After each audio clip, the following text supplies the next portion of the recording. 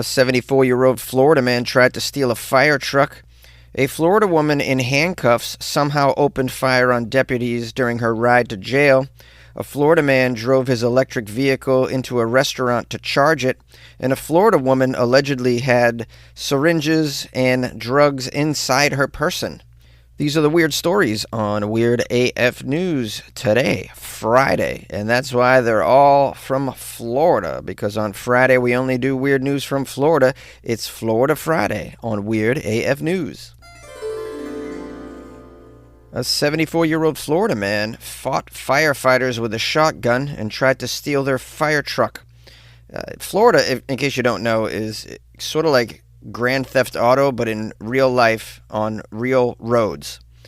If you think being a crazy Florida man was for the young, well, think again. This 74-year-old Florida man, fearless, recently went out on a rampage. The Florida man chased paramedics with his shotgun, punched firefighters, and then, as his finishing move, attempted to steal a fire truck. Wow, can't wait to get into the details of these Florida man escapades.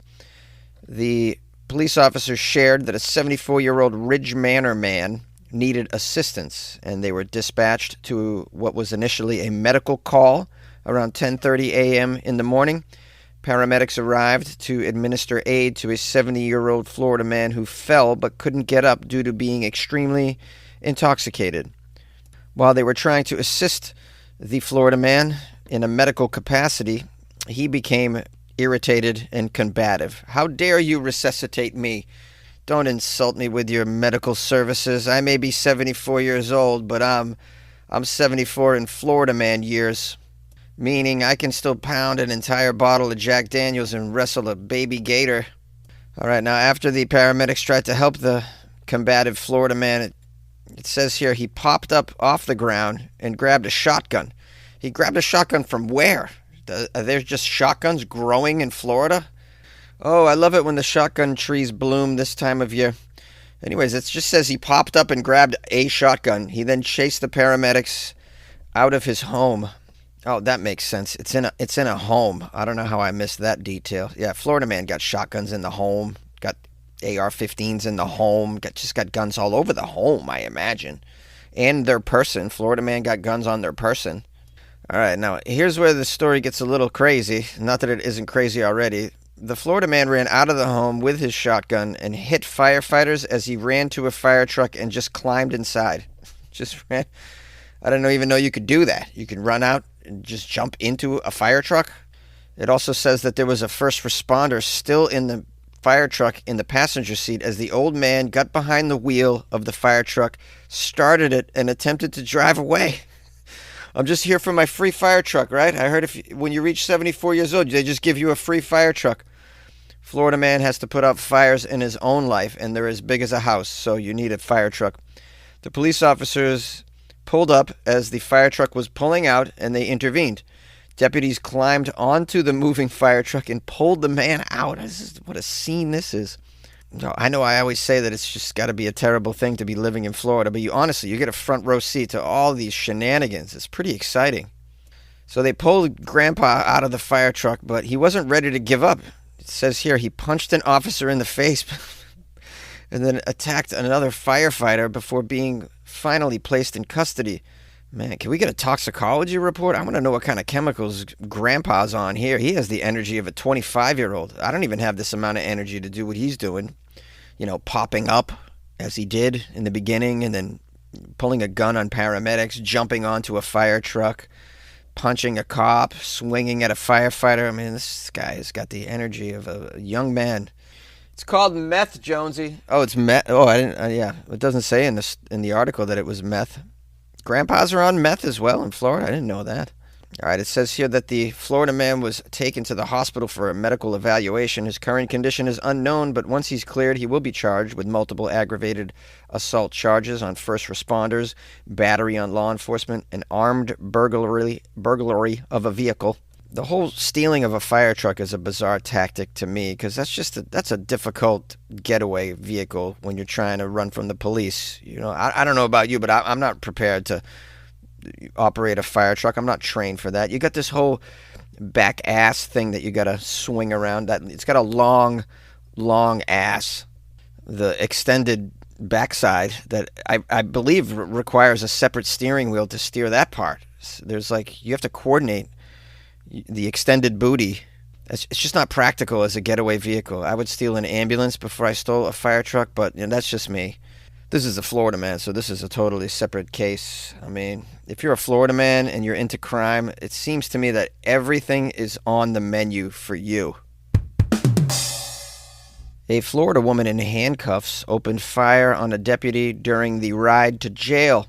This story is out of Marion County, Florida. A handcuffed Florida woman on her way to jail in a patrol car allegedly somehow managed to retrieve a hidden gun and opened fire on the deputy who had just arrested her.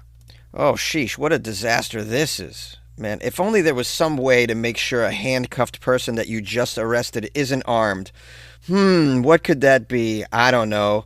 Maybe search the person? Search the person's person? I mean, shouldn't that be like the first thing you check on a Florida citizen that you're arresting? Before you put this person in the back of a car, you don't check to see if they're packing heat in Florida?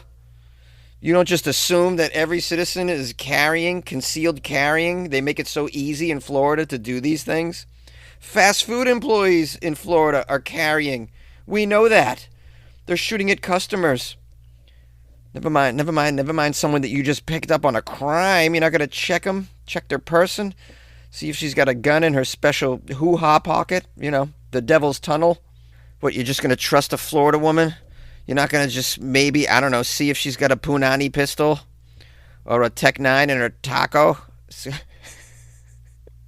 Tech 9 in the taco, that's a good one. All right, finally, I'll get into the details of this outlandish escapade where we have Rihanna Harden, the Florida woman, was arrested on Monday at 10 a.m., multiple charges. This was after she was stopped in traffic. She was handcuffed and searched before she was put in the back seat of a deputy's patrol car to take her to jail. It doesn't say why they arrested her, but it was during a traffic stop. I mean, so you can use your imagination. It could be anything from open container to a meth pipe on the dashboard. Or it could be just a Florida man in a cage in the back of her pickup. Yeah. Do you guys recall that story from several years ago?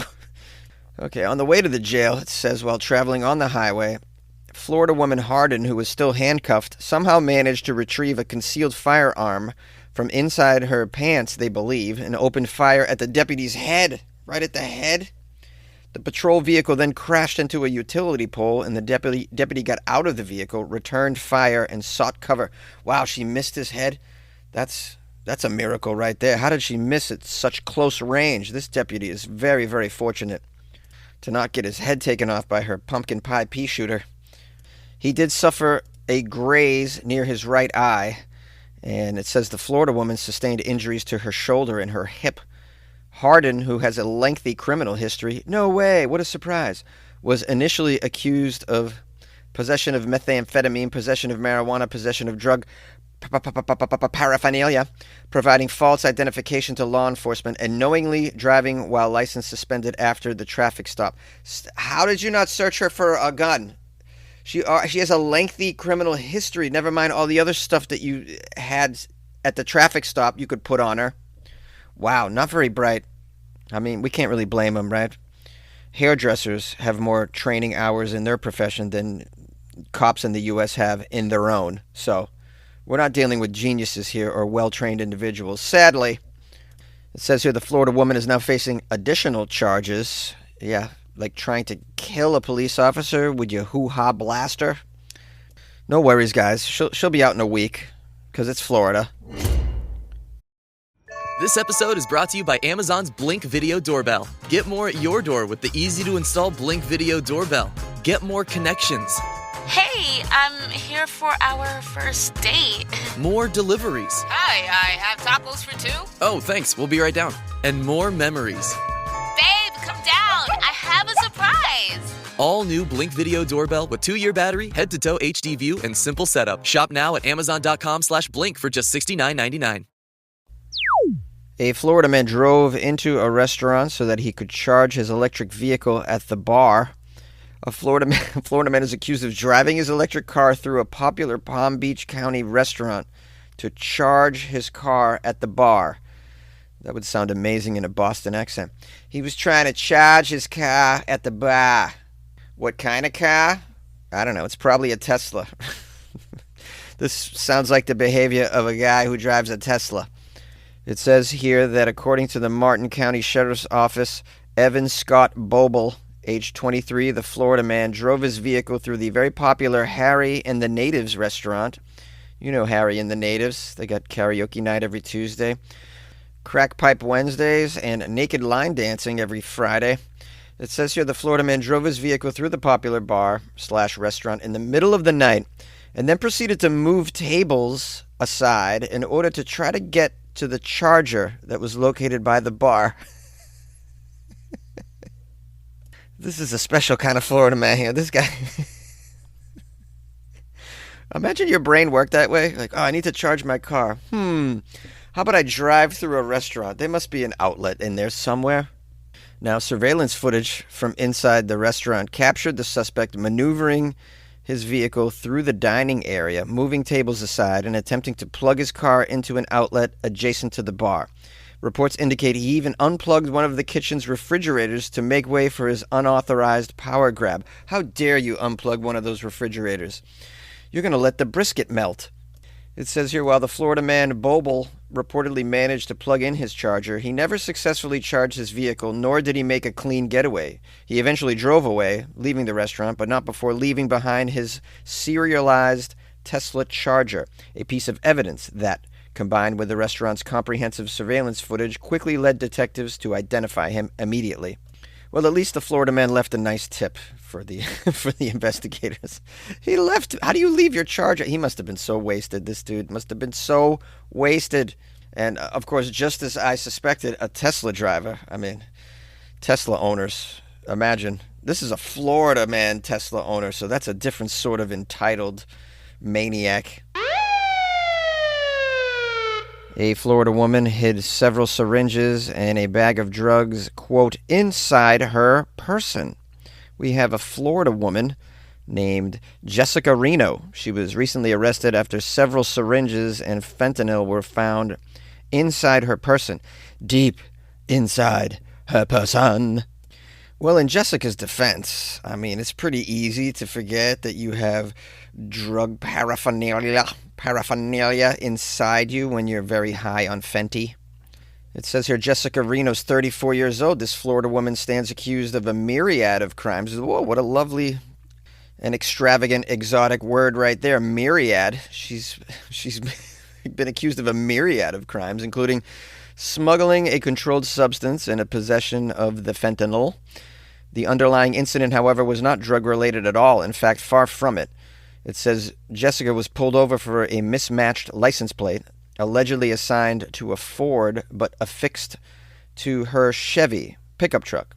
So she's driving with someone else's license plate. And it says, and the driver's side seatbelt was dangling near the door, according to the affidavit. It's probably what got her pulled over in the first place, this license plate and the seatbelt. A deputy wrote that such a seatbelt is, quote, consistent with the driver not properly wearing it. Yeah, if it's dangling out the window or whatever, obviously the driver isn't wearing it. And in some places, you'll be pulled over for not wearing a seatbelt. A traffic stop ensued. The deputy says the Florida woman seemed to be taking her time, a little bit too long. Here's a quote from the deputy. Upon activating my emergency lights and my sirens, the vehicle tapped on its brakes several times, but it continued to proceed without really stopping for approximately 30 seconds, despite having several safe, lit areas to pull over. Upon making contact with the driver, she stated she was on the phone and was talking to her daughter, which is why she did not immediately pull over, needed some extra time. I then inquired if the female was the registered owner of the vehicle. She said yes. While attempting to get the operator's driver's license, she stated she does not have a license for driving and has an upcoming court date regarding her driver's license suspension. Now, when the Florida woman was asked about her seatbelt situation, it says the defendant allegedly apologized for being, quote, in such a rush. Yeah, Florida woman's got places to be. She's got places to be. She's a very important person. She's got to go get herself a pub sub. She can't be concerned with what license plate is on what car that isn't hers. Silly little details. Now, after being questioned, it says the Florida woman Reno admitted that she was aware of her suspended license, had the upcoming court date after previously being caught driving. She also said she used her friend's license plate after her own license plate blew off her truck approximately 6 days ago. I just used my friend's license plate. Yeah, because that's what friends do. They just let you, sure, just take my license plate, Shirley. It's no problem at all. Yeah, I mean, who's got friends like that? My friends won't even pick me up at the airport. You think they're going to... Can I borrow your license plate, bro? Okay, back to the story, and it's about to get fun because now comes the drug component of the story. It says, upon placing Florida woman Jessica Reno under arrest for the above-noted criminal charges, a female deputy was requested to perform a search incident in order to arrest. This is what should have been done in the first story where that woman had a little gun up her hoo-ha. During that time, it was explained to the Florida woman Jessica that if she had any other contraband on or inside her person, she would face additional criminal charges if it was located at the inmate facility. At that moment, the Florida woman Jessica stated that she did not have any contraband on her or inside her person, so she was then booked into the local jail. That's allegedly when and where the drugs were found in her person. When the Florida woman was searched at the jail, it was discovered that a black sock was tucked into the area of Jessica's vaginal cavity. Black sock in the vaginal cavity. What was in the sock? Well, I'll tell you. Within the black sock, deputies located the following. Six syringes in a bag of white powdery substance, a very small bag of cannabis alongside a pipe used for smoking cannabis, a .22 pistol, and a can of Spam. Very strange. No, actually, it was only the first... only the syringes in the bag of white powdery substance were found. I took some embellishments for the sake of humor. Now, of course, the bag that was found inside her little prison pouch, also known as the paraphernalia punani purse, was found to contain fentanyl. They used a test to see if it's called a mobile detect fentanyl field test kit. In case you're wondering what kind of technology they have out there in the field to test your drugs and your drug paraphernalia. A follow-up interview with Jessica, the Florida woman. You always want to do a follow-up interview, see what she's going through. After she was booked into the facility, Jessica stated that she, quote, forgot the items were inside her vaginal cavity. As one tends to, right? It's easy to forget a sock with 6 syringes and a bag of drugs is inside your person. Who can feel that? This reminds me of that story about the Florida man who claimed that the drugs found inside his butt didn't belong to him. You guys remember that greatest hit? Now, I think one of the overlooked aspects of this is how skilled Jessica is. Let's break that down because the article doesn't mention it. Now, it said in the police report that she took a little while to pull over, about 30 extra seconds before she actually pulled over. So you realize in those 30 seconds, Jessica Reno, this Florida woman, was able to put drugs and drug paraphernalia inside a sock and then down her pants and into her cavity in 30 seconds. I mean, that's just skill right there. This could be a game show called, like, Welcome to Hide the Paraphernalia. Our contestants have 30 seconds to hide the following drugs and drug paraphernalia inside their person. Let's meet today's contestants. They're all Florida men and women. 4th of July savings are here at the Home Depot, so it's time to get your grilling on. Pick up the Traeger Pro Series 22 pellet grill and smoker, now on special buy for $389, was $549. Smoke a rack of ribs or bake an apple pie, this grill is versatile enough to do it all. This summer, no matter how you like your steaks, your barbecues are guaranteed to be well done. Celebrate 4th of July with fast free delivery on select grills right now at the Home Depot. Subject to availability. Hey, Todd, Daddy, how you doing? We hide drugs inside our prison pouch. We hide drugs inside our prison pouch. Just making up some song parodies for you, related to the segments in here, because I got a lot of caffeine flowing through my veins right now. So, if you guys want to support me by buying me more coffee, that would be appreciative. Just go to my website, weirdafnews.com. You can just click on Buy a Coffee. It's a banner. It's right there on the front page. Just buy me a coffee. Join the Patreon. It's like buying me coffee every month. Super helpful. Keeps me going, guys. Keeps me coming to the closet and doing insane Florida-related stories every Friday as you enjoy it. For your enjoyment, I mean. Thank you to everyone who sent me some Florida stories the past couple of days. Very helpful. My email is funnyjones@gmail.com, and my Instagram is @funnyjones. You can always send me stories to those places. I will check them out. And if they're appropriate for the show, I will put them on. Let's give thanks and praise to someone that gave me a lovely Amazon review. This person's username is Housewench. Hilarious. Housewench gave me 5 stars. And Housewench wrote this title for the review. Weird AF News is the perfect way to start my day. Thank you, Housewench, for the 5 stars. It's very generous of you. Housewench then went on to write, Jonesy finds great weird news stories for his weekday news show recorded from a closet. It's a joy to hear his wonderfully curated collection of real news stories that are almost too weird to be true. Yeah, I mean, you nailed it, Housewench. These stories are almost too weird to be true, but they are. They are.